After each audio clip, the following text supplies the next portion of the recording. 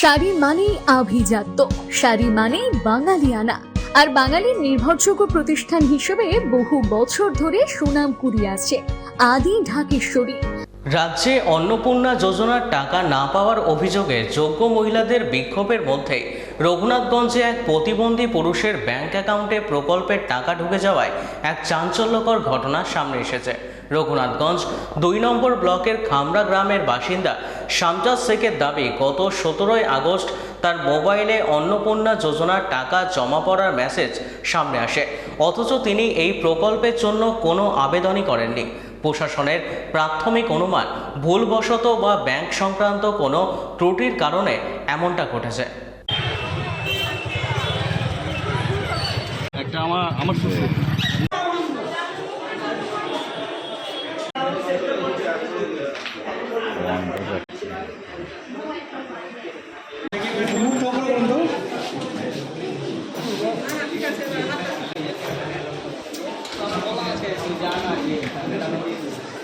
এটা আমি কী করে বলবো, এটা আমি বলতে পারবো? এই তো আপনার প্রথম ওই ১৭ তারিখ নাকি প্রথম। আমি কি আবেদন করব? আমার তো আবেদন করার কোনো দরকার হয় না। আমার যেগুলো পাওনা সেগুলো আবেদন করতে পারি একটু, যেমন আমি দেখতে পাই না সেটা।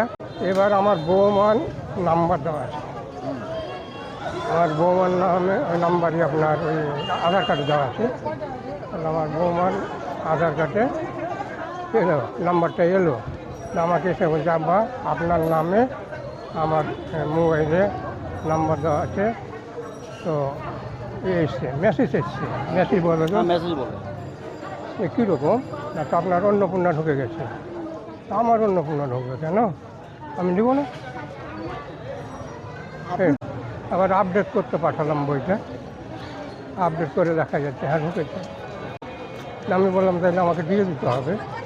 তো ব্যাংকে আমাকে বললো যে বোমাকে বোধহয় বলেছিল যে ওদিকে যোগাযোগ করে ভিডিওতে দেখা করতে বলেছিল। এই হলো, আমি আজকে জঙ্গিপুরে এসেছি। কোন অফিসে? আমার জামাইয়ের সঙ্গে এসেছি, আমাকে ডাকলো বিডিও অফিসে। বিডিও অফিসে আমি কিচ্ছু হ্যাঁ আবেদন জামাই দিয়ে এলো তো বোধ হয়। কি বললেন বিডিও সাহেব? আমাকে কিছু অত বলেন, জামাই কিছু বলার বলেছে। আমি কি বলবো, অত লাইন জানি নাকি আমরা বলে। নাম?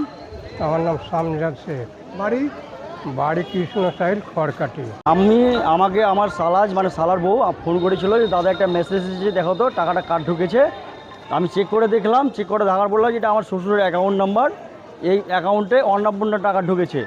কিন্তু আমি যতদূর জানি যে ডিবিটি লিঙ্ক যে অ্যাকাউন্টে থাকে, সে মহিলা যদি হয় তাহলে তার অ্যাকাউন্টে টাকা ঢুকবে। কিন্তু পরে জানা গেল যে না, আমার শ্বশুরের অ্যাকাউন্টে টাকা ঢুকেছে, এবং শ্বশুর হলো আমার প্রতিবন্ধী এবং পুরুষ মানুষ, এবং তিনি প্রতিবন্ধী ভাতা পান ওই অ্যাকাউন্টে। তাছাড়া কোনোভাবে কোনো নাই, টাকা পাই না। তারপরে আপনার কোনো ইনকামের সোর্স নাই, কোনো দিক থেকে কেউ টাকা দেয় না। ভেরিফিকেশন করে জানতে পারলাম ব্যাংকের আপডেট অনুসারে যে টাকা অন্নপূর্ণারই টাকা। তাই আমরা আতঙ্কিত হয়ে বিডিও সাহেবের কাছ সঙ্গে যোগাযোগ করলাম। ডিও সাহেব আমাদের বিষয়টি ভেরিফাই করলেন। ভেরিফাই করার পরে উনি বললেন যে এর সঙ্গে কার কার যোগ আছে।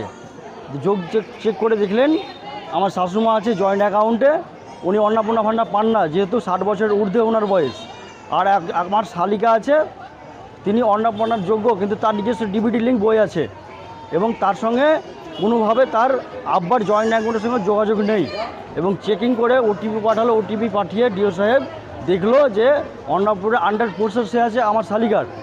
আর এখন আমরা আসার পরে উনি বললেন আপনাদেরকে টাকা ফেরত দিতে হবে, ভুলবশত ঢুকে থাকতে পারে বা ব্যাংকের গাফিলতি।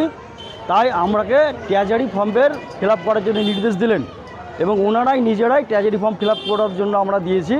ওই টাকা আমাদেরকে ফেরত দিতে বললেন। আমরা এসডি অফিসে ট্রেজারি ফর্মের মাধ্যমে আমরা টাকা জমা করে দিব, এবং আমরা অন্নপূর্ণা ভাণ্ডারের সঙ্গে আমার শ্বশুরমশাই কোনোভাবেই জড়িত নাই, এবং কোনোদিন কোনোভাবে লক্ষ্মীর ভাণ্ডার বা অন্নপূর্ণার পাইনি।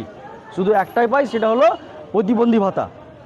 আমরা লিখিত অভিযোগ দিয়েছি, লিখিত অভিযোগ আপনারা রিসিভ করেছেন, রিসিভ কপিও দিয়েছেন, এবং অন্নপূর্ণা ভাণ্ডার আমরা ভবিষ্যতে পাবো না, তার জন্য আমরা এটা আগাম স্যারেন্ডার হয়ে গেলাম। এবং আগে কোনো প্রতিবন্ধী ভাতা ছাড়া কোনো ভাতা পাইনি। ওনারা বললেন ট্রেজারিতে আমাদেরকে টাকাটা জমা করে দিতে হবে। শাড়ি মানেই আভিজাত্য, শাড়ি মানেই বাঙালিয়ানা, আর বাঙালির নির্ভরযোগ্য প্রতিষ্ঠান হিসেবে বহু বছর ধরে সুনাম কুড়িয়ে আসছে আদি ঢাকেশ্বরী।